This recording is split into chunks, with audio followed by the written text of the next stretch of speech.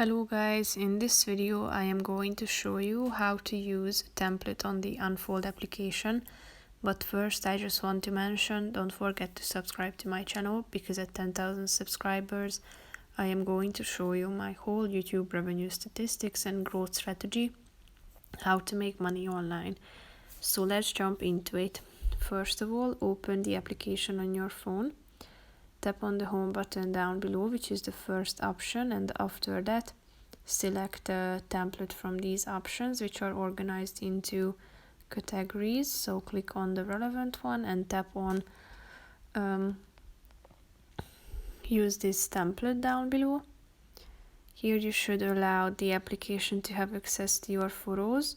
So click on photos and tap on either selected photos or all photos. So then go back to the application and add pictures.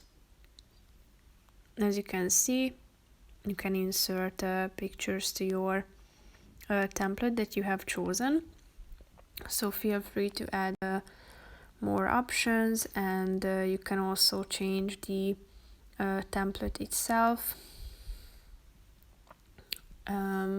You can add more pictures to it, and here is the result, as you can see.